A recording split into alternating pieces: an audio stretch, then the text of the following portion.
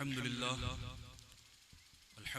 रब्बिल आलमीन वल आक़िबतु लिल मुत्तक़ीन वस्सलातु वस्सलामु अला अशरफिल अंबियाइ वल मुरसलीन व अला आलिहि तय्यबीन व सहबिहिल अजमईन व बाद।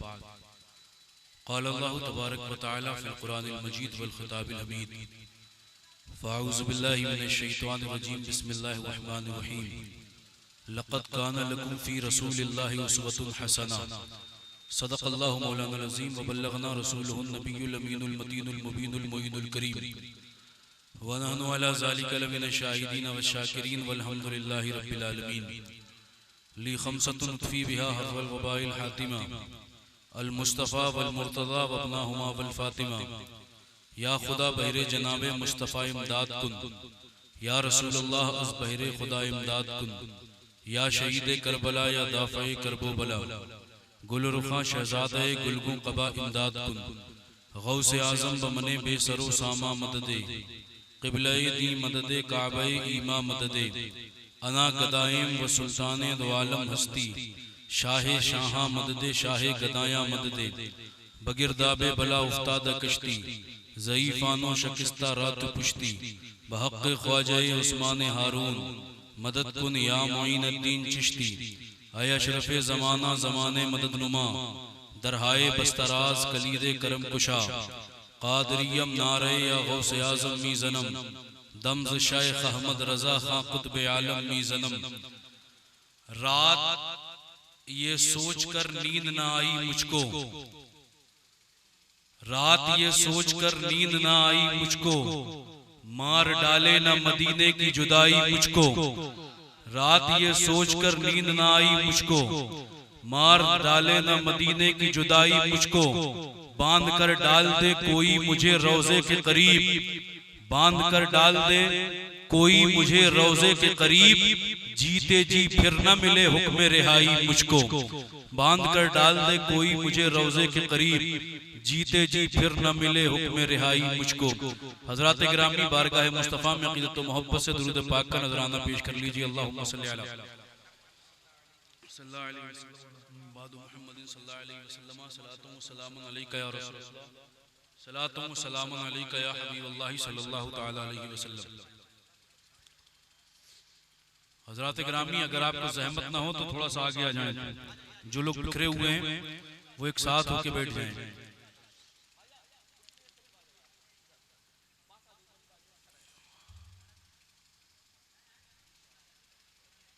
माशाअल्लाह, आप हजरात ने बड़ा खूबसूरत जलसा मुनक़्क़िद किया। काबिल मुबारकबाद हैं कारकुनिंदान, जिम्मेदारान, सरप्रस्त हजरात, जिन्होंने इस 20-22 दिन में इतना अज़ीमुश्शान जलसे का इंतज़ाम भी कर लिया। 10 दिन में इंतज़ाम कर लिया। अल्लाह रब्बुल इज़्ज़त सबके अपने हिफ्ज़ व अमान में जगह अता फरमाए, सबके हौसलों में इजाफा अता फरमाए, सबको अल्लाह अपने प्यारे महबूब सल्लल्लाहु अलैहि वसल्लम के फैज़ान से मुस्तफ़ीज़ व माला माल फरमाए। बहुत अच्छा आप हज़रात सुन रहे हैं, बड़ी अच्छी निज़ामत नक़ीब इजलास फरमा रहे हैं। बहुत अच्छे अच्छे अशार शोराए किराम जनाब अरशद कमाल साहब, कारी याकूब साहब, याकूब उस्मानी साहब, जनाब मोहतरम जाकिर सहसरामी साहब से आपने बहुत अच्छे अच्छे कलाम समात फरमाए। जनाब हाफिज मजहर साहब से भी आपने समात फरमाए। बहुत अच्छे कलाम और बहुत अच्छे अंदाज में आप हजरात सुन रहे हैं। अब बताएं, कुछ देर मुझे बर्दाश्त कर सकते हैं आप हजरात? बोलिए बोलिए बोलिए।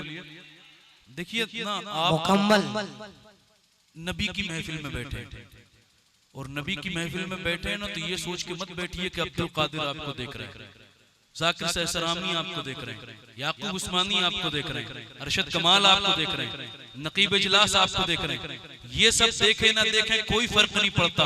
ये बैठना है तो ये सोच के बैठे, हम किसी की नजर में आए ना आए, एक बार मदीने के गुंबदे खजरा से मुस्तफा की नजर उठ जाए और उसमें हम आ जाए तो हमारा बैठना दुनिया में भी काम आ जाएगा, मैदान क़यामत में भी काम आ जाएगा। वाह वाह वाह, नारे तकबीर, नारे रिसालत, वाह वाह वाह वाह वाह वाह। नबी की महफिल में बैठे हो और नबी की महफिल में तो जिसे बोलना नहीं आता ना वो भी बोलता है। एक शख्स आया हुजूर की बारगाह में, अर्ज करता सरकार में आया नहीं, पहुंचाया गया। हुजूर ने फरमाया किसने भेजा? कहा मेरी अहलिया ने। हुजूर ने फरमाया क्यों भेजा? कहा हुजूर हमें अल्लाह ने कोई औलाद नहीं दी थी, हम बड़े परेशान थे, उस औलाद को पाने के लिए हमने दर दर की ठोकरें खाई, फिर अल्लाह ने हमें औलाद की जो है कि नेमत से सरफराज फरमाया। जब औलाद की नेमत से सरफराज फरमाया, माँ ने अपनी आंख के सामने जब अपने बेटे को देखा, बड़ी खुशी हुई। वो बेटा बड़ा होता गया, मगर मेरे आका वो बेटा 7-8 साल का हो गया है, वो की का कू करता है, कुछ नहीं कहता। हमारे घर में हमें चाचा बोलने वाले हैं, बड़े पापा बोलने वाले हैं, फूफा बोलने वाले हैं, खालू बोलने वाले हैं, मगर बाप बोलने वाला कोई नहीं है। और मेरी अहलिया ने कह के पहुंचाया है कि हुजूर से कह देना कि इतना करम कर दे कि मेरा बेटा सिर्फ एक बार माँ बोल दे, फिर चाहे जिंदगी भर ना बोले। हुजूर ने फरमाया कहाँ है तेरा बेटा? अर्ज करता हुजूर ये है। हुजूर ने फरमाया तू अभी तक नहीं बोला? वो सारे इलाके कहता है नहीं बोला। तो हुजूर फरमाते हैं अच्छा चल बता, तेरे सामने बैठा मैं कौन हूँ? तो जो अपने बाप को देखकर कभी नहीं बोला, वो रसूल पाक को देखकर बोलता है आप अल्लाह के रसूल हैं। हाय हाय जिंदाबाद जिंदाबाद जिंदाबाद।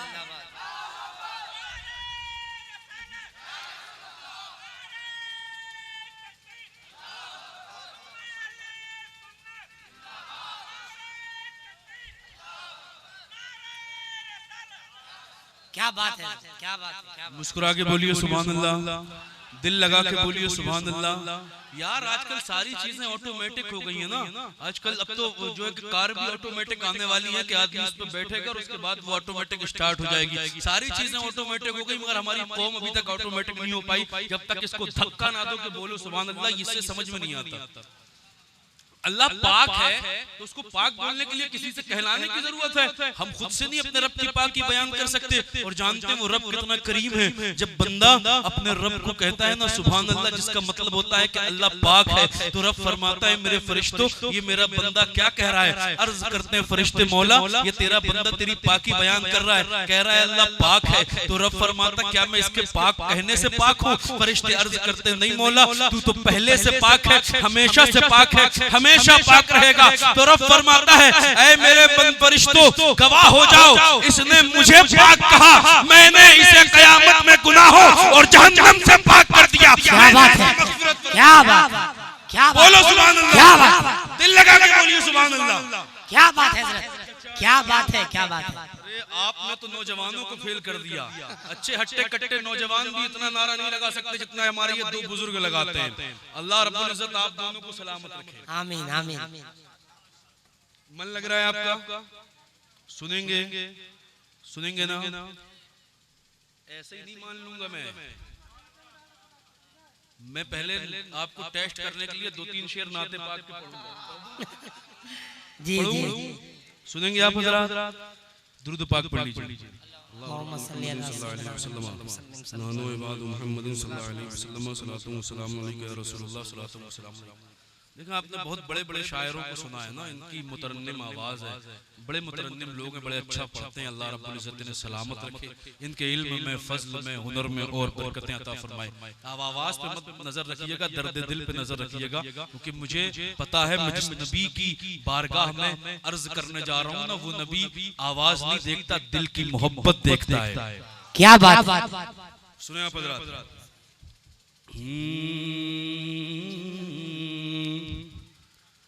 क्या हुस्ने मोहम्मद है, क्या हुस्ने मोहम्मद है, चर्चा हो तो ऐसा हो, क्या हुस्ने मोहम्मद है, चर्चा हो तो ऐसा हो। ये क्या हुस्ने मोहम्मद है, चर्चा हो तो ऐसा हो, क्या हुस्ने मोहम्मद है, चर्चा हो तो ऐसा हो, चर्चा हो तो ऐसा हो। हर आँख ये कहती है, हर आँख ये कहती है, जलवा हो तो ऐसा, क्या बात है, क्या बात है, क्या बात है। आँख ये कहती है जलवा हो तो ऐसा हो, तो ऐसा हो, क्या हुस्ने मोहम्मद है, चर्चा हो तो ऐसा हो। और ये शेर समाज फरमाए, जो कत्ल को आए थे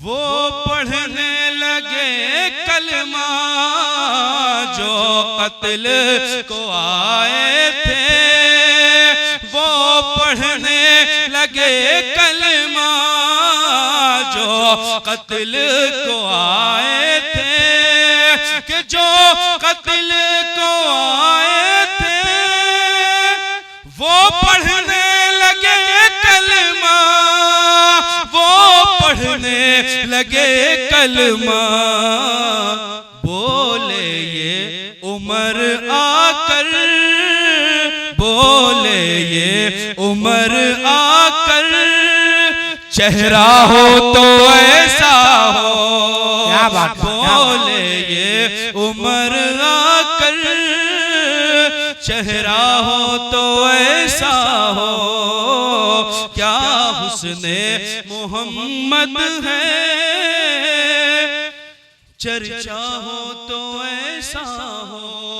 और ये भी एक शेर करबला के हवाले से, कि शबीर के सजदे पर तारीख पुकार उठी, शबीर के सजदे पर तारीख पुकार उठी, तारीख पुकार उठी, कि आबिद हो तो ऐसा हो, आबिद हो तो ऐसा हो, और सजदा हो तो ऐसा, क्या बात है, क्या बात है, क्या बात है, हो तो क्या बात है, हो, सजदा हो तो ऐसा हो। दुरूद पाक पढ़ लीजिए, अल्लाहुम्मा सल्ली अला अल्लाहुम्मा सल्ली अला सय्यिदिना नबीना मौलाना मुहम्मद बारिक वसल्लम सल्लल्लाहु अलैहि वसल्लम। वाले भाईजान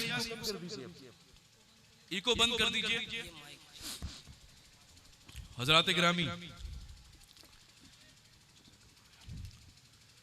आप अगर बेदार हैं तो मुझे कुछ सवाल करना है आपसे, करूं?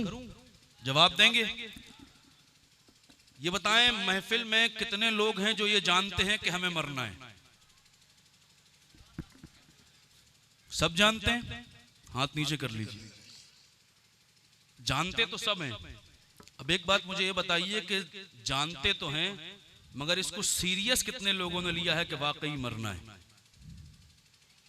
सबने सीरियस लिया कि वाकई मरना है, तो फिर हमने झूठ बोलना छोड़ दिया होगा क्योंकि हमें मरना है, गीबत छोड़ दी होगी क्योंकि हमें मरना है, चुगली छोड़ दी होगी क्योंकि हमें मरना है, बदकारी छोड़ दी होगी क्योंकि हमें मरना है, दूसरों की बहुओं बेटियों पे गलत नजरें डालना छोड़ दी होंगी क्योंकि हमें मरना है, हमने दूसरों की इज्जतें नीलाम करना छोड़ दी होंगी क्योंकि हमें मरना है, दूसरों की दुकानात पे मकानात पे नाजायज कब्जा करना छोड़ दिया होगा क्योंकि हमें मरना है, हमने दूसरों पे जुल्म करना छोड़ दिया होगा क्योंकि हमें मरना है, हमने गरीबों की हिमायत शुरू कर दी होगी क्योंकि हमें मरना है, हमने यतीमों के सरों पे दस्ते शफ़क़त फेरना शुरू कर दिया होगा क्योंकि हमें मरना है। नहीं साहब, हमने नहीं किया। नमाजें आज भी हमारी छूट रही हैं, रोजे आज भी हमारे छूट रहे हैं, झूठ आज भी हम बोल रहे हैं, गीबत आज भी हम कर रहे हैं, चुगलियों में आज भी हम पड़े हुए हैं, बदनजरी आज भी हम कर रहे हैं, बेहयाई आज भी हम कर रहे हैं, बेराह रवी का शिकार आज भी है। क्यों? क्योंकि हमने सिर्फ ये जाना है कि हमें मरना है, हमने सीरियस नहीं लिया कि हमें मरना है।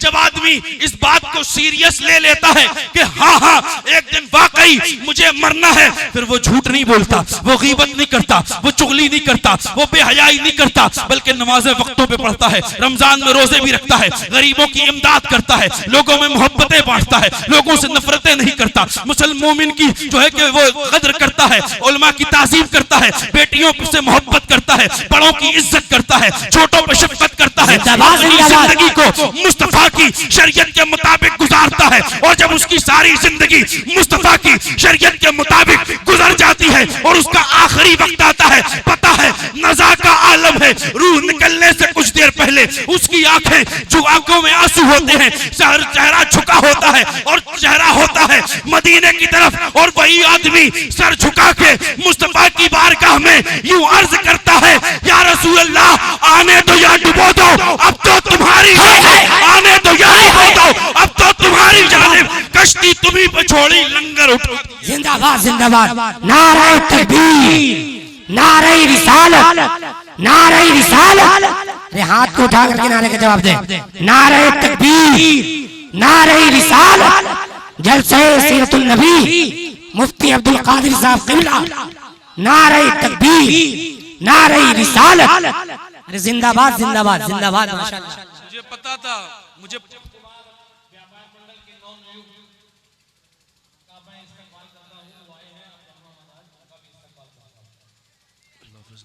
जिंदाबाद जिंदाबाद, क्या कहना है हज़रत? मुझे पता था ये लोग जो अभी आए हैं ना वो आएंगे, क्योंकि हमारी कौम बड़ी खतरनाक है, जब तक देख ना ले कि मौलाना में दम कम है कि नहीं है तब तक वो आते नहीं है। जी जी,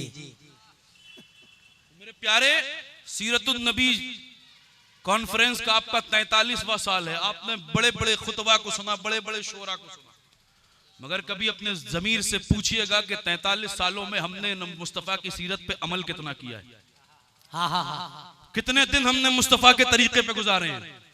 हम मोमिन हैं, मुसलमान हैं। आज हमारी हालत जो है ना वो किसी और की वजह से नहीं, हमारे किरदार और कैरेक्टर की बुनियाद पर है। ये हमारे किरदार हैं, वरना मोमिन तो वो होता था कि जब मुसलमान मदीने से निकलकर अल्लाह के रसूल की सरपरस्ती में सहराओं में जाता था तो उसे आबादी में तब्दील कर देता था, वीरानों में जाता था तो पत्थरों से कलमा पढ़वा लेता था। जब वो निकलता था तो उसका किरदार देखकर लोग इस्लाम के अंदर, इस्लाम की तरफ खिंचे चले आते थे। मगर आज हमारा कैरेक्टर जो है उसकी वजह यह है कि हमने दुनिया को बहुत सीरियसली ले लिया, आखिरत को छोड़ दिया। हाँ। दुनिया की जिंदगी को हमने साहब बहुत सीरियस लिया और आखिरत को छोड़ दिया। आखिरत पे तवज्जो नहीं हमारी, हम तो सिर्फ वक्त गुजार रहे हैं साहब, वक्त अपनी जिंदगी में वक्त गुजार रहे हैं और क्या सोचते हैं कि ये वक्त जो हम गुजार रहे हैं ना ये सिर्फ गुजर जाएगा। ऐसे नहीं गुजरेगा। अभी कुछ दिन ये जो वक्त आप गुजार रहे हैं ना, इस एक एक गुजरे हुए वक्त का आपको खुद हिसाब कयामत में रब के बारगाह में देना है। नामे अमाल कयामत में कोई और नहीं, आपको अपना खुद सुनाना है। अभी कुछ दिनों पहले व्हाट्सएप ने एक प्राइवेसी लीक करने के लिए एक सिस्टम निकाला था, तो लोग बेचैन हो गए साहब कि हमारा काला चिट्ठा खुल जाएगा, हमारी कारी करतूतें सामने आ जाएंगी, ये हमारी प्राइवेसी शेयर करेंगे। तो किसी ने टेलीग्राम डाउनलोड कर लिया, किसी ने पिप डाउनलोड कर लिया, बहुत सारे ऐप डाउनलोड कर लिए, क्योंकि अब व्हाट्सएप छोड़ना है, ये हमारी प्राइवेसी लीक कर देगा। मगर जब उसे छोड़ा गया ना, उसका बाइकाट किया गया, तो उसने तो वो डाटा शेयर नहीं किया। मेरे प्यारे, यहाँ दुनिया में तुम्हारा डाटा शेयर होता किसको पता चलता? इंडिया वालों को, अमेरिका वालों को, अफ्रीका वालों को, यूरोप वालों को, फ्रांस वालों को, नाइजीरिया वालों को, अफ्रीका वालों को नहीं साहब, चंद लोगों को पता चलता। जिसे वो चाहते उसे शेयर करते, तो उसके लिए तो आप बहुत डर गए। मगर मेरे प्यारे याद रखना, ये डाटा लीक हो ना हो, मगर एक डाटा वो है जो आपकी जिंदगी का हर लम्हा लिखा जा रहा है, हर लम्हा सेव हो रहा है, और उस डाटे को कयामत के दिन कोई और लीक नहीं करेगा। हर इंसान अपना डाटा खुद लीक करेगा, उसी डाटा को नामे अमाल कहा जाता है। क्या बात है, क्या बात है, अल्लाह अल्लाह। उसी डाटा को नामे अमाल कहा जाता है। हर इंसान अपना नामे अमाल खुद रब की बारगाह में पढ़ के सुनाएगा। मेरे प्यारे, सोचो, एक लम्हे के लिए सोचो। आज आप आपकी बेटी की नजर में नेक हो, आप अपने बाप की नजर में नेक हो, आप अपने बेटे की नजर में नेक हो, आज अपने भाई की नजर में नेक हो, आप मोहल्ले वालों की नजर में नेक हो, आप माशरे की नजर में नेक हो। मगर छिप छिप कर गुनाह करते हैं ना ये नौजवान। तो ये नौजवान जो समझते हैं ना कि ये आज हमारी कौम बिगड़ी हुई ना, तो ये नौजवान समझते हैं हम तो कमरे में बंद हो गए साहब, कमरे में बंद है, कमरे की लाइट बंद हो गई, अब जो है कि मोबाइल चालू कर लिया, अब हम चाहे उस पर गंदी नंगी तस्वीरें देखें, चाहे किसी की बेटी से वीडियो कॉलिंग पे बात करें, चाहे कुछ करें, कौन है हमें देखने वाला। सारी रात इसी फहाशी में हमारी कौम के नौजवानों की गुजर रही है। और नौजवान सोचता है कौन है जो मेरे पांव में जंजीर डालेगा, कौन है जो मुझे गुनाह करने से रोकेगा, कौन है जो मुझे वीडियो कॉल करने से रोकेगा, कौन है जो मुझे नंगी नंगी तस्वीरें देखने से रोकेगा, कौन है जो मुझे पोर्न साइट विजिट करने से रोकेगा। कोई नहीं है। तो ऐ नौजवान, ये सोचकर गुनाह करने वाले नौजवान कि तुझे गुनाह करने से कोई रोक नहीं सकता, तो याद रखना आज 10 बाई 12 के कमरे में तू गुनाह कर रहा है तो कोई रोक नहीं सकता। तो फिर याद रख, कल जब तू 3 बाई 6 की कब्र में होगा जहां तेरा कोई पुरसाने हाल न होगा, जब खुदा तुझे अजाब देगा तो फिर तुझे अजाब से बचाने वाला भी कोई हाय हाय हाय, क्या बात है, क्या बात है, नहीं होगा। बेशक, वाह वाह, तू मिट्टी से बनने वाला इंसान, जब तेरी ये हैसियत कि तू कहता कौन रोकेगा मुझे, तो फिर बता वो रब जिसने लफ्ज़े कुन से कायनात पैदा की उसे रोकने वाला कौन है? जिसने इंसान को अशरफुल मखलूकात बनाया वो अगर अजाब देगा तो फिर उसे रोकने वाला कौन है? कोई नहीं। कब्र को हमने बहुत हल्के में लिया।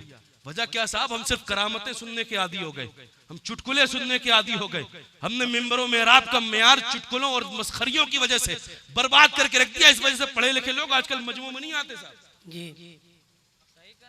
वरना मिंबरों का आलम यह था कि जब मेरा शेख अब्दुल कादिर जिलानी तकरीर करते थे तो सिर्फ इंसान नहीं जिन्नात आते थे। और गौसे पाक फरमाते हैं मैं तकरीर करते करते जब आसमान पे देखता हूँ तो इतने फरिश्ते होते हैं कि मुझे आसमान नजर नहीं आता। अल्लाह अल्लाह, बेशक बेशक, हक है। ये हाल होता था मिंबरों का, तब मजमू से जनाजे निकला करते थे। अल्लाह अल्लाह। आज जब से हमने चुटकुले सुनाना शुरू कर दिया ना मिंबर पे, बड़ी मेहनत लगती है साहब जलसा कराने वालों को। किसी के दरवाजे पे जाओ पैसा मांगने, तब समझ में आता है कि लोग किस तरीके का रवैया इख्तियार करते हैं। जी जी जी, लोग जाते हैं और मेहमान खुसूसी कोई आने वाला खतीब नहीं होता, ना आने वाला कोई शायर होता है। मेहमान खुसूसी वो होता है जिसने इश्तिहार चिपकवाए होते हैं पूरे शहर में। मेहमान खुसूसी वो होता है जिसने इंतजाम किया होता है जलसे का, क्योंकि उसका कोई नाम नहीं है इश्तिहार में। उसे स्टेज पे बुला के इस्तकबाल उसका नहीं किया जाएगा, उसको नजराना नहीं मिलेगा। क्यों? वो कर इसलिए रहा है कि अल्लाह के रसूल, मैं सारी मेहनतें जो कर रहा हूँ, चंदा भी मैं कर रहा हूँ, इश्तिहार भी मैंने छपवा दिए, सब बटवा भी दिए, लोगों से मिल भी लिया, दावतें भी दे दी, बस इसलिए कि मैंने जो उलमा को बुलाया है अवाम आए और उनसे आपकी शरीयत के उसूल सीख कर चले जाए। हुजूर, अगर मेरी जिंदगी का यही काम कबूल हो गया तो यही मेरी बख्शिश के लिए कयामत में काफी हो जाएगा। क्या बात, क्या बात। आज हम कैसे जी रहे हैं साहब, हम सोचते हैं गुनाह छिपा लेंगे। किससे छुपा लोगे आप गुनाह? आज गुनाह छुपा लोगे, कयामत में नहीं छुपेगा गुनाह, कयामत में नहीं छुपेगा।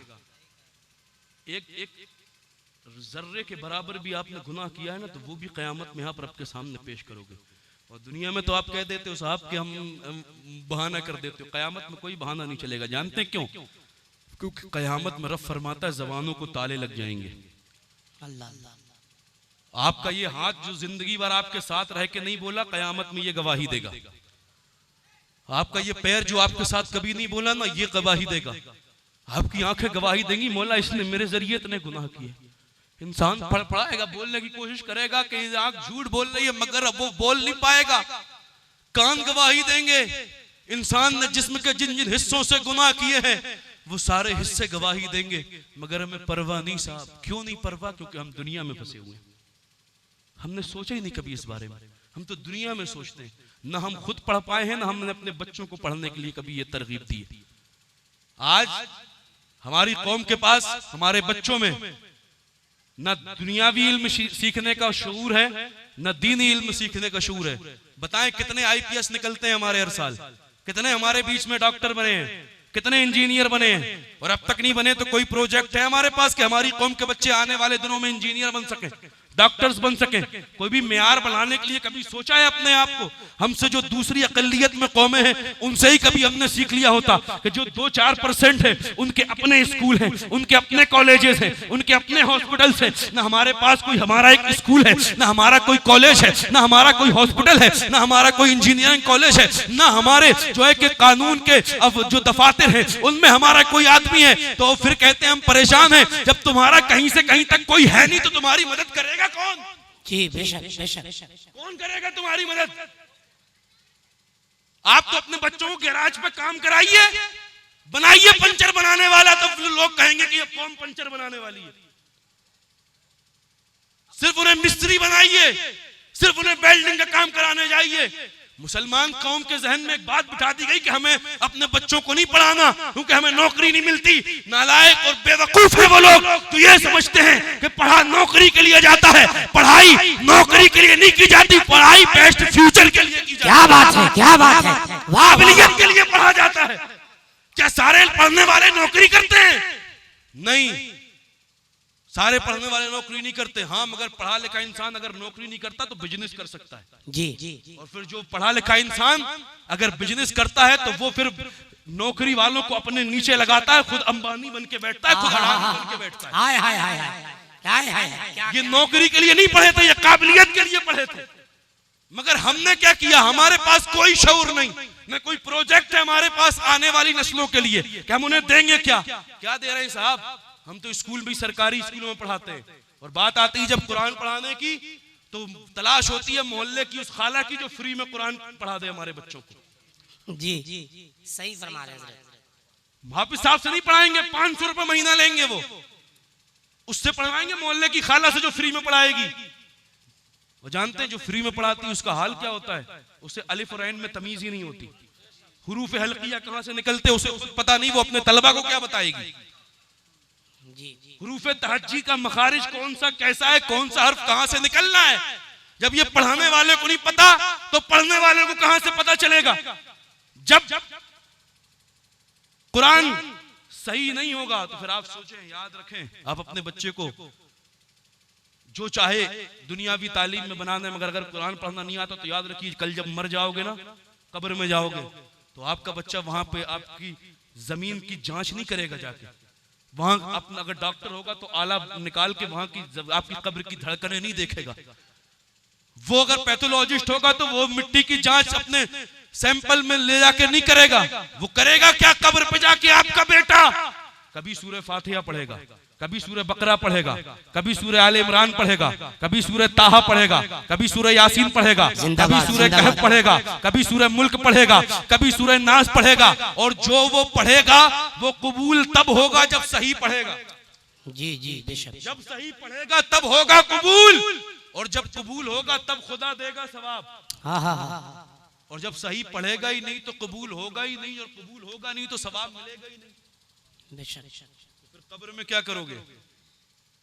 मेरे प्यारे, अपनी जिंदगियों पे गौर करो, अपने बच्चों को पढ़ाओ, कुरान पढ़ाओ, और सिर्फ 2-4-500 बचाने के चक्कर में किसी मोहल्ले की खाला से कुरान मत पढ़वाओ, सही उससे कुरान पढ़वाओ जिसको तजवीद की रियायत मालूम हो, जो तजवीद की रियायत के साथ आपके बच्चों को कुरान पढ़ाए, और फिर वो कुरान को समझे। अपने बच्चे को ऐसा कुरान पढ़ा दो कि अगर कोई खिंजीर खड़ा होकर कुरान के खिलाफ बकवास करे, आयतें निकालने की बात करे, तो कोई मौलवी जवाब दे, इससे पहले आपका बेटा उसकी छाती पर चढ़ के कहे, नादान तू कहता है कि कुरान तेरा कष्ट बनाता है,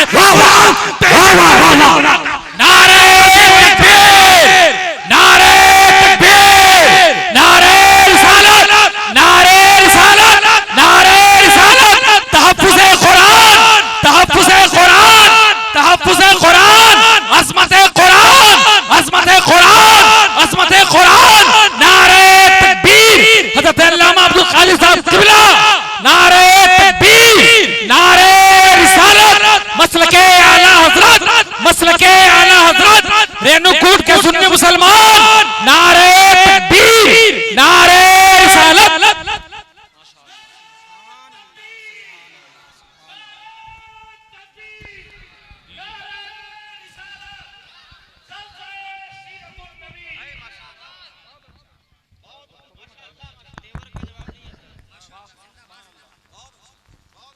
वो खबीस कहता है कुरान दहशतगर्द बनाता है।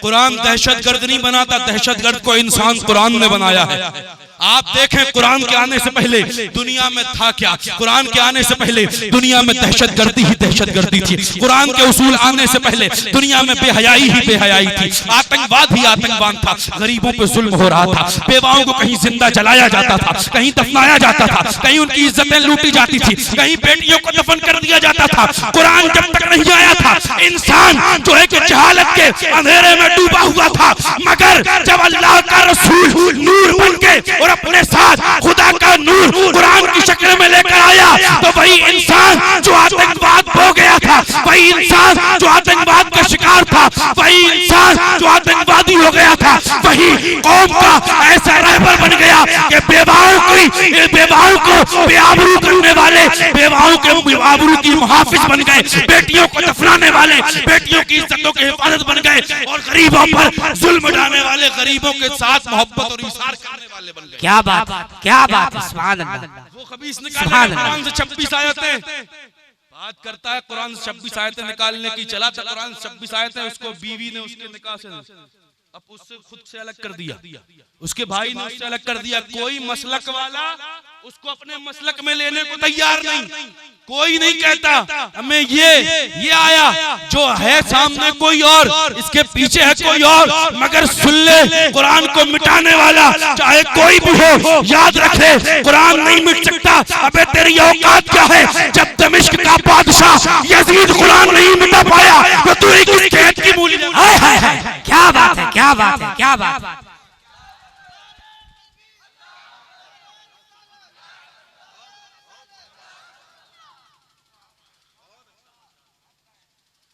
ये सब कमियां हैं हमारी, हम कुरान पढ़ते नहीं, इसलिए जिसके मुंह में जो आता है वो बोलता चला जाता है। मेरे प्यारे एक चीज बताओ, हमने क्या किया उसके रद्द अमल?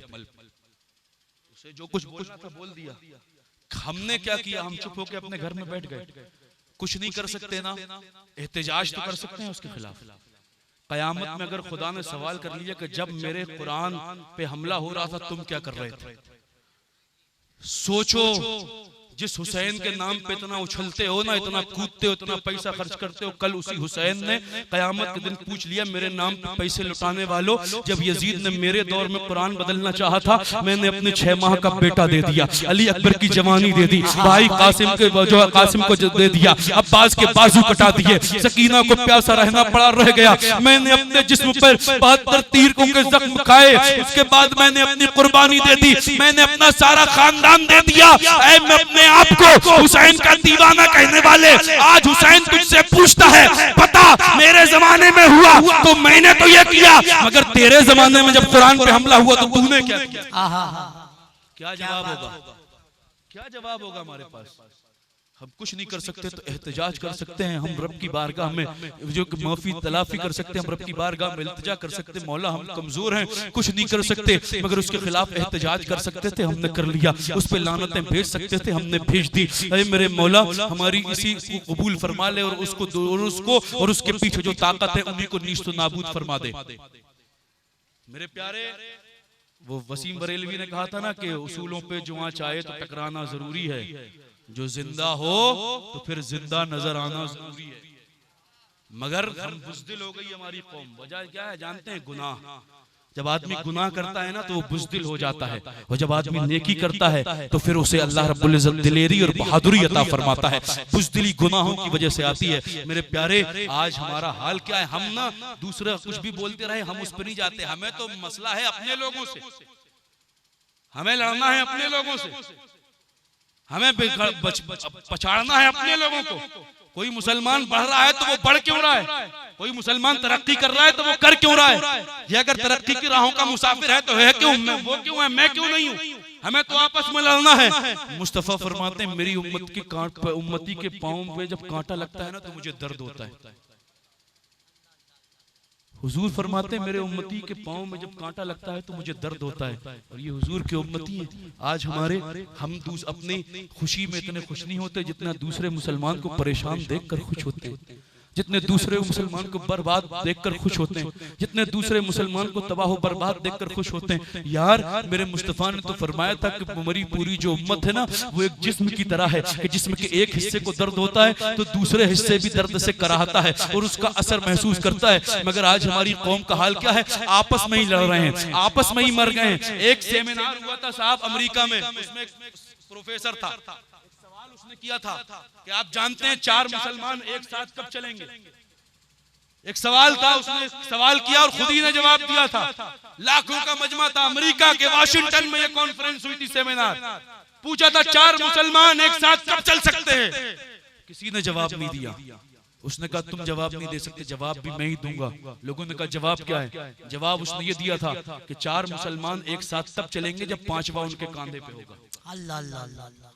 जब 5वां उनके कांधे पे होगा तभी 4 मुसलमान एक साथ चलेंगे, वरना नहीं चल सकते। आज हमारी कौम का हाल क्या है? यही हाल हो गया है। हम साथ में चलने को तैयार नहीं, हम एक दूसरे से लड़ने के लिए तैयार हैं। आज जो है कि लड़ाई ना मूंछ की लड़ाई है, आज नाम की लड़ाई है। मेरे प्यारे, ये मूंछ की लड़ाई क्यों? प्रोटोकॉल चाहने के लिए कि हमारी इज्जत बन जाए, हमें पावर मिल जाए, हम जब निकलें तो लोग सड़कों पे हमें देख के सलाम करें, हमारी एक रेपुटेशन हो, हमारा सोसाइटी में एक नाम हो, हमारी एक हैसियत हो। ये प्रोटोकॉल किस काम का? तुम बड़ी से बड़ी कार में घूम जाओ, किस काम की? ये सारी चीजें किसी काम की नहीं। काम तो वो आएगा कि जिस दिन तेरा जनाजा निकले तो लोग कहें वाकई एक नेक आदमी था जो हमारे बीच। क्या बात है, क्या बात है, क्या बात है, क्या बात है।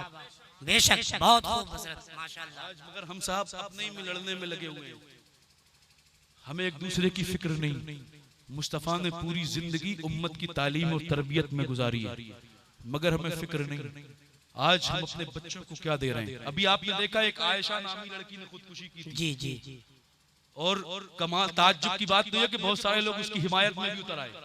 उसके साथ जो हुआ था वो गलत हुआ था, मगर उसने जो किया वो भी गलत था। उसकी हिमायत मैं नहीं कर सकता किसी कीमत पे। और उसने खुदकुशी की, और ये खुदकुशी सिर्फ उसने नहीं की, ये खुदकुशी बहुत सारी हो रही हैं आज। वो तो एक वीडियो सामने आ गया तब उस पर जुल्म हो रहा था इसलिए उसने खुदकुशी कर ली। ऐसी बहुत सारी जो है कि खुदकुशियां होती हैं। उसने तो शादी के बाद खुदकुशियां की थी। आज बहुत सी लड़कियां शादी से पहले खुदकुशी कर रही हैं। वजह उनके अफेयर्स, वजह उनके नाजायज ताल्लुकात, और वजह यह कि माँ बाप अपने बच्चों पे नजर ही नहीं रखते, उन्हें फिक्र ही नहीं होती। माँ बाप को पता कब चलता है कि मैं बाप हूँ? जब बेटी घर से भाग जाए, फिर वो मोहल्ले में बताता है कि मेरी बेटी ने मेरी नाक कटा दी, वो घर से भाग गई। मैं कहता हूँ अजीब नादान आदमी है। आज तेरी बेटी जब घर से भाग गई तब तुझे एहसास होता है कि वो तू बेटी का बाप है। कल जब तेरी बेटी 2-2 घंटे मोबाइल पे वीडियो कॉलिंग पे अपने कमरे में बात करती थी तब तुझे एहसास नहीं था कि तेरी बेटी, तू एक बेटी का बाप है और बेटी के बाप की क्या जिम्मेदारी होती है। अगर तूने उस दिन अपनी बेटी के कदम रोक लिए होते तो आज तेरी इज्जत जो नीलाम। जी जी, क्या बात, क्या बात। मगर लोग को एहसास तब होता है ना जब पूरा खेत चुक जाया करता है। वो उसने खुदकुशी कर ली, और ये खुदकुशी इसलिए आज की बच्चियां कर रहे हैं क्योंकि हमने मुस्तफा की शरीयत नहीं बताई, हमने पढ़ाया। आप बताएं मुझे अपने ज़मीर से पूछकर, आपने अपने बच्चों को कब मुस्तफा की सीरत अपने पास बिठा के बताई? हमने अपने बच्चों को आवारा छोड़ दिया। कलमा सिखाने की जिम्मेदारी इमाम साहब की, कुरान पढ़ाने की जिम्मेदारी इमाम साहब की, अखलाक व आदाब सिखाने की जिम्मेदारी इमाम साहब की। ये इमाम साहब की जिम्मेदारी नहीं, ये माँ बाप की जिम्मेदारी है। हर माँ बाप की जिम्मेदारी है कि वो अपने बच्चों को अच्छी तालीम और तरबियत से नवाजे। ये माँ बाप की जिम्मेदारी है, मगर हमने नहीं। आज हमारे कौम के बच्चे, ये जो बच्चे, इनसे पूछें विराट कोहली कौन है, एक बच्चा बता देगा। पूछे सलमान खान कौन है, एक बच्चा बता देगा। पूछिए शाहरुख कौन है, बच्चा बता देगा। फिल्मी हीरोइनों के नाम पूछिए, बता देगा। ये पेट से सीख के आए थे? बोलिए, पेट से सीख के आए थे? नहीं, ये सीखे हैं माँ बाप की वजह से। माँ बाप ने सिखाया। आप कहेंगे माँ बाप ने कैसे सिखाया? तो सुनिए, टीवी लाने वाला घर में बाप है और टीवी के सामने बिठाने वाली माँ है। ना बाप टीवी लाता, ना माँ टीवी के सामने बच्चों को बिठाती, तो इन्हें ना पता चलता कि विराट कोहली कौन है, शाहरुख खान कौन है, सलमान खान कौन है, आमिर खान कौन है। माँ ने बिठा दिया। आज वो फिल्मी हीरोइन के नाम जानते हैं। आज तो टीवी की भी जरूरत नहीं। माँ, बच्चे रोते हैं तो माँ मोबाइल पर कार्टून लगा के, गाने लगा के अपने बच्चे को दे देती है, और फिर वो काम करती है, सोचती है बच्चा खेल रहा। यार मुझे समझ में नहीं आता, वो जिस बच्चे को कार्टून यूट्यूब पे लगा के दिखाए है ना, जिस यूट्यूब में वो कार्टून कार्टून और फिल्मी गाने मिलते हैं, उसी यूट्यूब में सिद्दीक अकबर की सीरत भी मौजूद है, फारूक आजम की सीरत भी मौजूद है, उस्मान गनी की सीरत भी मौजूद है, मौलाए कायनात की सीरत भी मौजूद है। अगर आपने अपने बच्चों को असहाबे मुस्तफा और अहले बैत मुस्तफा की सीरत सुनाई होती तो फिर जब आपका बच्चा बड़ा होता तो उसे पता होता कि जिंदगी जो है कि जिंदगी हम जीने के लिए नहीं आए दुनिया में, बल्कि दुनिया में इसलिए आए हैं कि कल हमें कब्र में जाना है और कब्र में जाके मुस्तफा को अपना चेहरा। क्या बात है, क्या बात। नारे तकबीर, नारे रिसालत, नारा हैदरी, जलसे सीरतुल नबी, नारे तकबीर, नारे रिसालत, जिंदाबाद जिंदाबाद। अपने बच्चों को बताया करें साहब कि औरत जो है वो सिर्फ नाजुक है, उसकी इज्जत करनी चाहिए। बच्चों को बताया करें खुदकुशी करने वाले का अजाब ये होता है, क्योंकि अल्लाह जिंदगी अल्लाह की नेमत है। सुनिए मसला, जिंदगी अल्लाह की नेमत है, आपने इसकी कदर ना की और आपने राहत पाने के लिए अपने खुदकुशी की तो राहत नहीं मिलेगी आपको, बल्कि अजाब ये होगा कि जो शख्स जिस तरीके से खुदकुशी करेगा उसे हमेशगी का अजाब ये होगा कि उसको हमेशा उसी तरीके से अजाब दिया जाएगा। मसलन किसी ने फांसी लगा के खुदकुशी की तो अब उसे जहन्नम में डाला जाएगा और फिर उसे आग की रस्सी दी जाएगी और उससे फांसी लगाएगा, वो फिर मरेगा, फिर अल्लाह उसे जिंदा करेगा, फिर मरेगा, फिर उसे जिंदा करेगा। हमेशगी का अजाब ये होगा उसके लिए। किसी ने दरिया में डूबकर खुदकुशी की तो अल्लाह रब्बुल इज्जत उसे आग के समंदर में डालेगा, फिर वो उससे बाहर निकालेगा, फिर जिंदा होगा, फिर डालेगा। ये हमेशगी का अजाब होगा। लोग कहते हैं कि उसने जो है कि हाँ ये बात सही है कि जो उस पे जुल्म हुआ और जुल्म आज हो रहा है बेटियों पे, दहेज के लालची कुत्ते दहेज मांगते हैं, मगर दहेज लेने वाला गुनहगार है और जो दे रहे हैं शौक से, वो लेने वाला और देने वाला जो दे रहे हैं वो, लेने वाला तो लेता है मगर जो दे रहा है ना, जब उसके बेटे की शादी होती है तो वो अब किसी दूसरे की बेटी से ना ले दहेज, मगर वो भी लेगा। और ये दहेज की लालची कुत्तों की वजह से न जाने कितने लोगों के साथ ये हादसे हुए और फिर भी पता नहीं कि किस भरम में है कि ये बच जाएंगे, ये नहीं बचेंगे। हुजूर फरमाते हैं कि अगर किसी सींग वाली बकरी ने बगैर सींग वाली बकरी को मारा होगा तो कयामत में उसको भी हिसाब देना पड़ेगा। तो अगर इंसान तो फिर अशरफुल मखलूकात है, अगर इसकी वजह से किसी ने खुदकुशी की तो जो अगर कत्ल का अगर जो गुनाह करने वाला गुनहगार होता है तो गुनाह की वजह बनने वाला उससे क्या बात है, क्या बात है। और ये दहेज के लालची लोग मांगते हैं, ये इंटरनेशनल भिखारी हैं। भिखारी अलग अलग कैटेगरी के होते हैं साहब। आप रास्ते में गुजर रहे हो, किसी कोई भिखारी आए, उसको 1 रुपए दे दीजिए, वो खामोश हो जाएगा। कभी किसी को 10 भी देंगे तो वो मुंह बनाएगा, क्यों? क्योंकि उसकी क्वालिटी बड़ी है। ऐसे ही ये दहेज के मांगने वाले भिखारी हैं। आज कोई 2 व्हीलर मांगता है, कोई 4 व्हीलर मांगता है, वो तो उसका बस नहीं, वरना ट्रेन और प्लेन भी मांगने के लिए चला जाए। 2 व्हीलर और 4 व्हीलर मांगते हैं वो लोग जिनके बाप दादाओं ने अपनी कमाई पर टूटी साइकिल ना देखी हो, वो 2 व्हीलर और 4 व्हीलर की डिमांड आज कर रहे हैं। और आलम ये साहब मांगते हैं और फिर जब मिल जाती है ना तो फिर ऐसे घूमते हैं, ऐसे घूमते हैं, 1 हफ्ते तक तो घूमेंगे ऐसा जैसे किसी सर्जन ने पीठ का ऑपरेशन करके रीढ़ की हड्डी की जगह लोहे का सरिया डाल दिया हो, बिल्कुल कमर अकड़ी हुई रहती है और घूमते हैं। फिर भले 1 हफ्ते के बाद तेल डलाने के लिए पैसा ना हो जेब में, मांगते हैं। और ये बिल्कुल हक फरमाया यार, तुझे पता तूने किसी गरीब से मांगा, उसने अपनी एक बेटी को दहेज देने के लिए उसके पास एक जमीन का टुकड़ा था, उसने वो बेच दिया। अब उसका घर कैसे चलेगा? अब उसके घर बार कैसे चलेगा? और जो बच्चे हैं वो उनका हाल क्या होगा? मेरे प्यारे, मांगना जो है कि वहां नहीं चाहिए, मांगना चाहिए।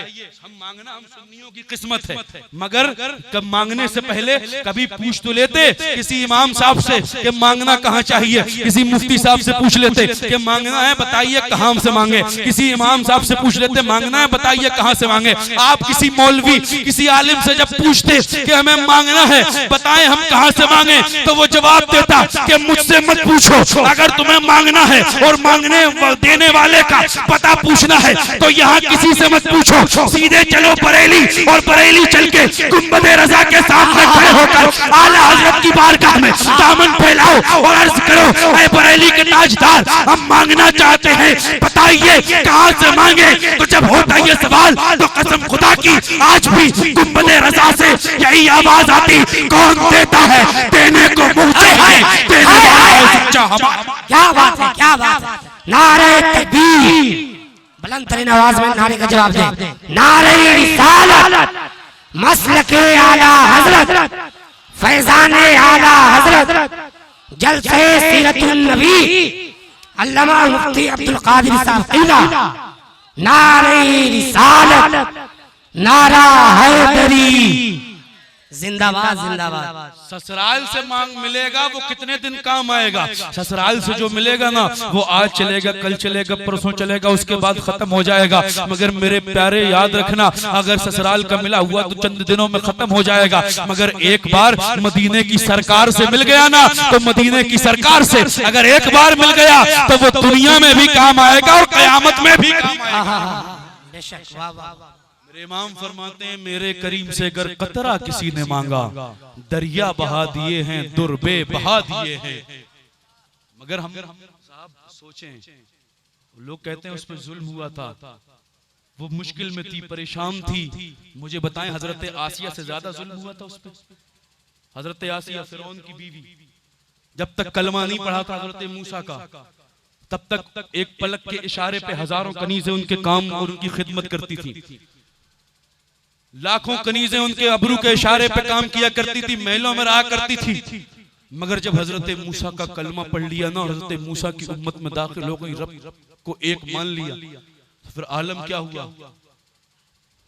जुल्फें पकड़ी गई, खींचा गया, वो जो महारानी वाला लिबास था उसे उतारा गया, फटा पुराना लिबास उन्हें पहनाया गया और पहनाने के बाद उनको जिस्म पे बांध दिया गया और बांधने के बाद उनके जिस्म पे कोड़े मारे गए और कोड़े मारने के बाद उसने फिरौन ने एक तलवार का वार किया था जो सीने को चीरता हुआ निकल गया था, जिससे खाल कट गई थी। वो तकलीफ थी, वो दर्द थी, करा रही थी, मगर हजरत आसिया ने कभी रब खुदकुशी करने की कोशिश नहीं की, बल्कि अपने उनका आलम क्या था, रब की जात पे भरोसा कितना था। एक रात जब वो इसी तकलीफ में थी, हजरत मूसा तशरीफ लेकर आए और मूसा तशरीफ लाके अरशाद फरमाते हैं, ऐ आयशा खैरियत से हो, तुम अपने रब से राजी हो? तो जवाब सुनना मेरे प्यारे। हजरत आसिया ने जवाब दिया, ऐ कलीम, मुझसे क्या पूछते हो कि मैं रब से राजी हूँ कि नहीं हूँ? मेरे राजी होने या ना होने से कुछ नहीं होता, अगर पूछना ही है तो मेरे रब से जाके पूछो कि ऐ मेरे रब, तू आसिया से राजी हुआ कि नहीं हुआ? अगर वो राजी हो गया तो मेरी ये परेशानी कोई वक्त नहीं लगती। तो हजरत मूसा ने फरमाया, ऐ आसिया, तेरा रब तुझसे ऐसा राजी हो गया कि तेरे नाम का एक महल अल्लाह ने जन्नत में तैयार किया। क्या कहने हैं, क्या कहने हैं, जिंदाबाद। ज्यादा जुल्म हुआ था उस आयशा पे, वो काश उसके माँ बाप ने उसको फोन पे, तो उसका बाप कह रहा था तेरा नाम आयशा, अम्मी आयशा के नाम पे रखा है, मान जा। फातिमा जहरा का खातून जन्नत का वास्ता दिया, मान जा। हुजूर का वास्ता दिया, सरकार कौसे पाक का वास्ता दिया, मगर वो नहीं मानी।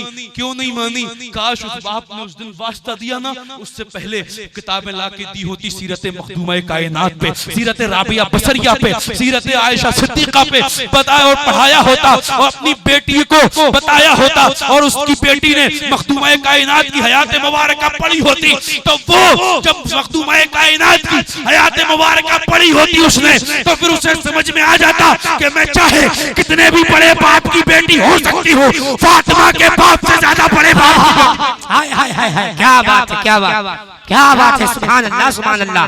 मखदूमा कायनात उसकी बेटी है जिसके लिए रब ने ये कायनात बनाई, उसकी शहजादी है जिसके लिए रब फरमाता है, मेरे महबूब अगर तुझे पैदा करना मकसूद ना होता तो मैं दुनिया में किसी शय को पैदा ना करता। मगर आलम क्या है साहब, चक्की अपने हाथ से चलाती, पानी अपने हाथ से भरने के लिए जाती है, कई कई दिन फाका मखदूम कायनात को होता है।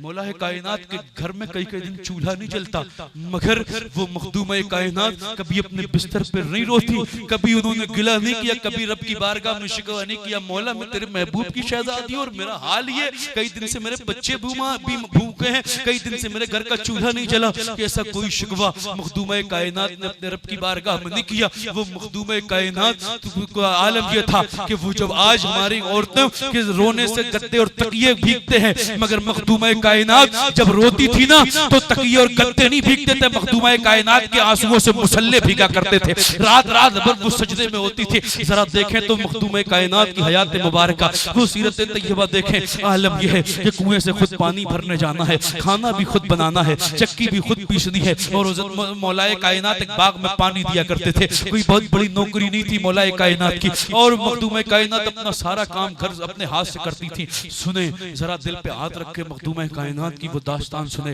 पानी भरने जब कुएं से जाती थी तो रस्सी भी जो थी डोल में बांधने वाली, वो यहाँ की नॉर्मल रस्सी नहीं थी, अरब की रस्सी थी। वो इतनी मोटी रस्सी कि जब उससे पानी खींचती थी तो धीरे धीरे ऊपर की चमड़ी अलग हुई, फिर धीरे धीरे अंदर का गोश्त छटने लगा, उसके बाद धीरे धीरे हड्डियां नजर आने लगी। मगर इसको मखदूम कायनात ने हमेशा अपने शौहर अली से छुपा के रखा, कभी अपने शौहर को अपना हाथ नहीं दिखाती। आज तो आलम ये साहब औरतें इतनी डिमांड करती हैं कि लोगों को कर्जे लेकर उनके सामान लेके आने पड़ते। मखदूम कायनात मौलाए कायनात 3-4 दिन के बाद घर में आए, खाने के लिए फरमाया कुछ खाने के लिए हो तो दो। मखदूम कायनात ने पानी लिया और पेश कर दिया। फिर फरमाया मखदूम कायनात खामोश। फिर फरमाया खाने के लिए हो कुछ तो मखदूम कायनात खामोश। हुजूर ने मौलाए कायनात ने फरमाया फातिमा घर में खाने के लिए कुछ है नहीं क्या? अर्ज करती मेरे सरताज कुछ नहीं है। तो मौलाए कायनात ने फरमाया जब तुम घर में खाने के लिए कुछ नहीं तो तुमने मुझे बताया क्यों नहीं? तो जवाब सुनना मेरी बहनों मखदूम कायनात का। मखदूम कायनात फरमाती अर्ज करती है मेरे सरताज मेरे बाबा ने जब मुझे रुखसत किया था ना तो वसीयत की थी मेरी शहजादी अली से उस चीज का मुतालबा मत करना जिस चीज को देने की गुंजाइश अली के पास ना हो। आज हमारे घरों की जिंदगियां क्या है साहब? उसके बाद भी हमारे शिकवे हैं, उसके बाद भी हमारा रोना है, उसके बाद भी हमारे रब के बारगाह में शिकवे हैं, गिले हैं। हम ऐशो इशरत की जिंदगी गुजार रहे हैं, 1-1 लाख की गाड़ियों पे घूम रहे हैं, हमारे बच्चों के पास 20-20 हजार के मोबाइल हैं, घर में 40-40, 42-42 इंच के एलईडी लगे हुए हैं, एसी है, कूलर है, एयर कंडीशनर पूरा घर बना हुआ है, आलीशान माल टाइल्स लगा हुआ है, सब कुछ है। उसके बाद भी ये कि अल्लाह उसको बगल वाले को देता है, हमें नहीं देता। मेरे प्यारे ये नाशुक्री है। अगर तुम्हारे बगल वाले को कोई अल्लाह रब्बुल इज्जत ने नवाजा है ना तो उससे चलना मत, उसकी उस पे रब की नाशुक्री मत करना, बल्कि रब का शुक्र अदा करना। मेरे मौला ये भी तो मेरा भाई ही है, तूने इसको दिया है मौला, अगर तू इसको नवाज सकता है तो मुझे भी नवाज सकता है, तू इसको दे सकता है तो मुझे भी दे सकता है। अगर तुम शुक्र करोगे तो वो बाद में अमीर होगा, अल्लाह तुम्हें पहले अमीर बना देगा। मगर ये शिकवे गिले के ये मामला अब देखें मखदूम कायनात के हाथ जो है कि खून रिसने लगा है, हड्डियां नजर आने लगी हाथ की, मगर छिपाती कब तक मौलाए कायनात से? ज्यादा दिन नहीं छिपा पाई। एक दिन मौलाए कायनात ने हाथ देख लिए तो आंखों में आंसू आ गए। फातिमा आप रसूल की शहजादी हैं और हाथों का ये हाल है। ऐ फातिमा ये आपने ये हो गया तो मुझे बताया होता ना, मैं आपके लिए इंतजाम करता। मखदूम कायनात अर्ज करती मैं आपको तकलीफ देना नहीं चाहती थी इसलिए मैंने नहीं बताया। उसी वक्त में हुजूर के बारगाह में एक जगह से माले गनीमत आया था जिसमें बहुत सारे गुलाम थे और कनीजें आई थी। मौलाए कायनात ने फरमाया फातिमा जाओ अपने बाबा जान के पास जाओ और उनसे एक कनीज तलब कर लो, अपने हाथ दिखाना, एक कनीज दे देना। एक कनीज दे देंगे तो तुम्हारा घर का काम करने में आसानी होगी। मेरे प्यारे हज़रत मौलाए कायनात ने जब बार-बार इसरार किया तो फिर हज़रत फातिमा अपनी अम्मी जान हज़रत आयशा सिद्दीक़ा के पास पहुंची और हालात बताए। हज़रत आयशा ने हुजूर से अर्ज किया, हुजूर ने बुलाया बेटी फातिमा खुद से आई हो? अर्ज करती हुजूर खुद से नहीं आई हो, अली ने पहुंचाया है तब आई हो। मुस्तफा फरमाते हैं अगर अली ने पहुंचाया है तो फिर मैं तुम्हें नहीं दूंगा। अगर आज मैं अपने दामाद के भेजने पर अपनी बेटी को दामाद की मर्जी का दे दूंगा तो कल कयामत तक के लिए दहेज के लालची कुत्तों के लिए जवाब का दरवाजा खुल जाएगा कि दामाद ने मुस्तफा की बारगाह में पहुंचाया था तो मुस्तफा ने भी दिया था, इसलिए मैं तुम्हें नहीं दूंगा ताकि उन्हें मौका ना मिले। हाँ, मगर मैं तुम्हें एक तरीका जरूर बताऊंगा कि रात में जब काम करके फ्री हो जाना तो 33 मर्तबा सुभान अल्लाह, 33 मर्तबा अल्हम्दुलिल्लाह और 34 मर्तबा अल्लाहू अकबर पढ़ के अपने दोनों हाथों पर दम करके पूरे जिस्म पे फेर लेना। थकावट ऐसे गायब हो जाएगी जैसे थकावट आई।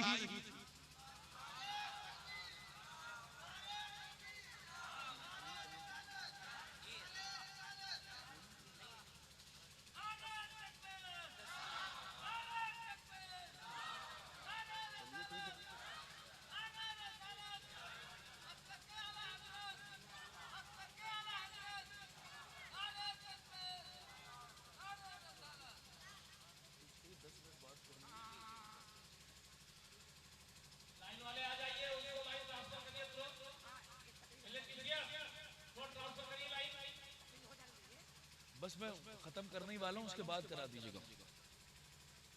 मेरे प्यारे भाई, आप मुझे अपने ज़मीर पे हाथ रख के बताएं आज हमारी जिंदगियों का हाल क्या है।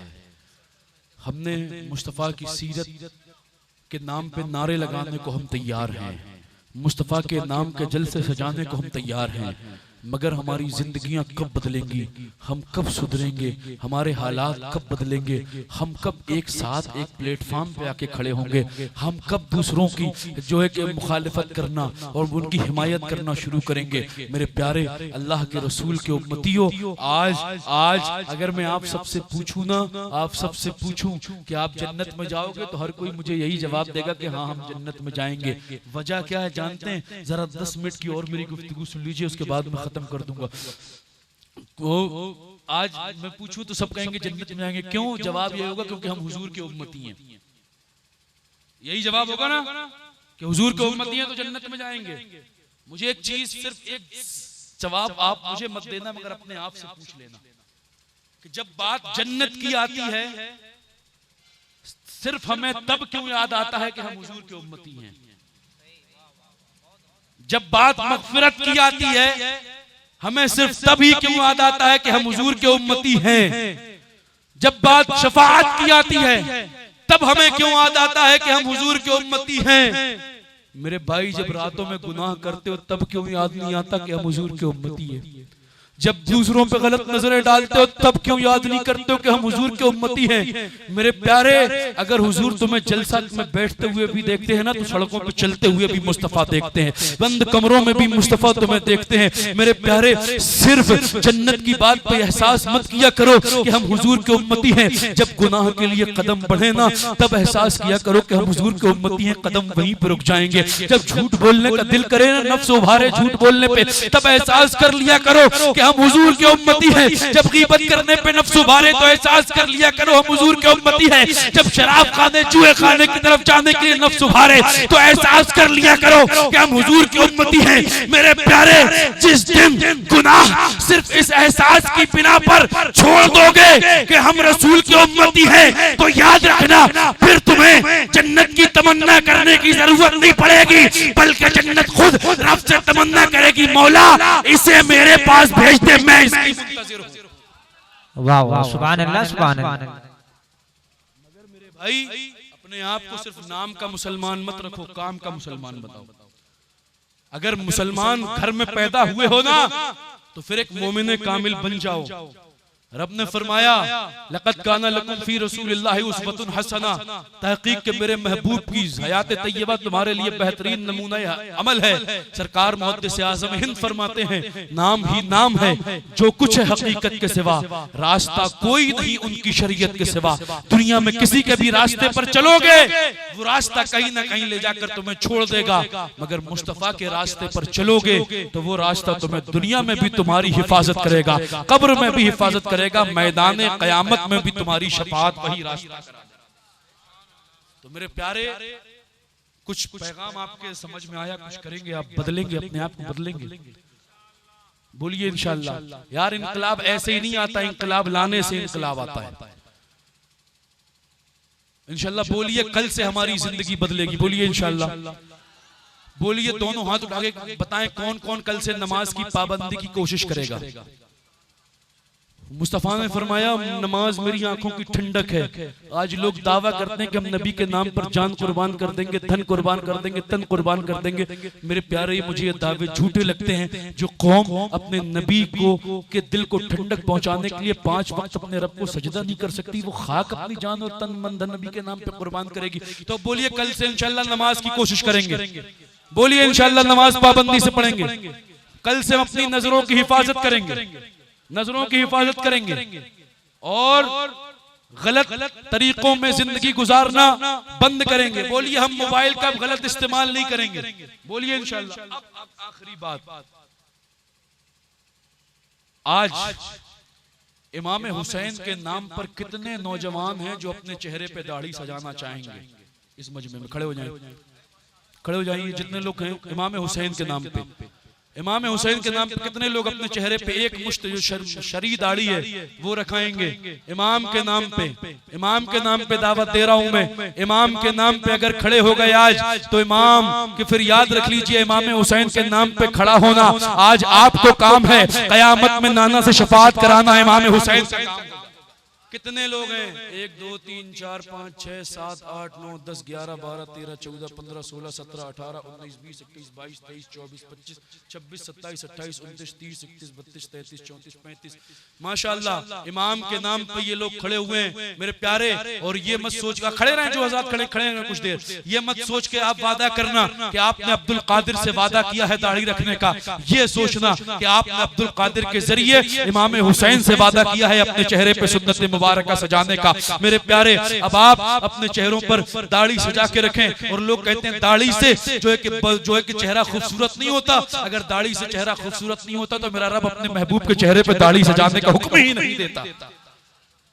इतने लोग, अल्लाह रब्बुल इज्जत आप सबको सलामत रखें। आइए इन सब के लिए एक नारा मैं लगाता हूं, नारे तकबीर, नारे रिसालत, फैजान इमाम हुसैन, मसलके आला हजरत, नारे तकबीर, नारे रिसालत। बैठ जाएं आप हजरात। अल्लाह रब्बुल इज्जत आप सबको सलामत रखे, आपकी मोहब्बतों को सलामत रखे।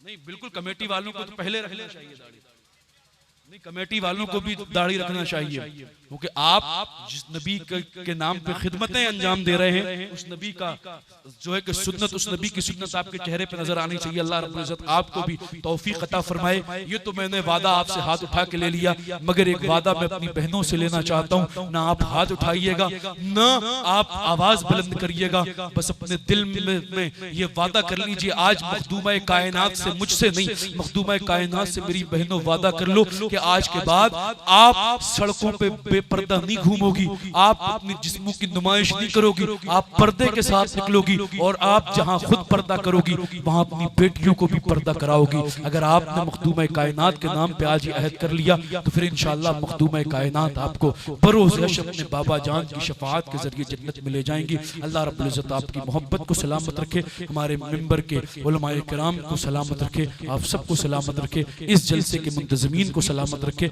इस जलसे के फैजान से हम सबको मुस्तफीज़ो मालामाल फरमाए। अगर मुझसे बोलने में कोई भी शरीक गलती हो गई हो तो मैं मिंबर से लेके नीचे तक, दाएं से लेके बाएं तक हर एक हाजिर को, शख्स को गवाह बना के अपने रब की बारगाह में अब्दुल कादिर खुली तौबा का ऐलान करता है। मेरे साथ पढ़ लीजिए, अस्तगफिरुल्लाह रब्बी मिन कुल्ले ज़म्बिन व अतूबु इलैहि, अस्तगफिरुल्लाह रब्बी मिन कुल्ले ज़म्बिन व अतूबु इलैहि, अस्तगफिरुल्लाह रब्बी मिन कुल्ले ज़म्बिन व अतूबु इलैहि, ला इलाहा इल्लल्लाह मुहम्मदुर रसूलुल्लाह व आखिरु दावाना अनिल हम्दुलिल्लाहि रब्बिल आलमीन। अस्सलामु अलैकुम व रहमतुल्लाहि व बरकातुहू।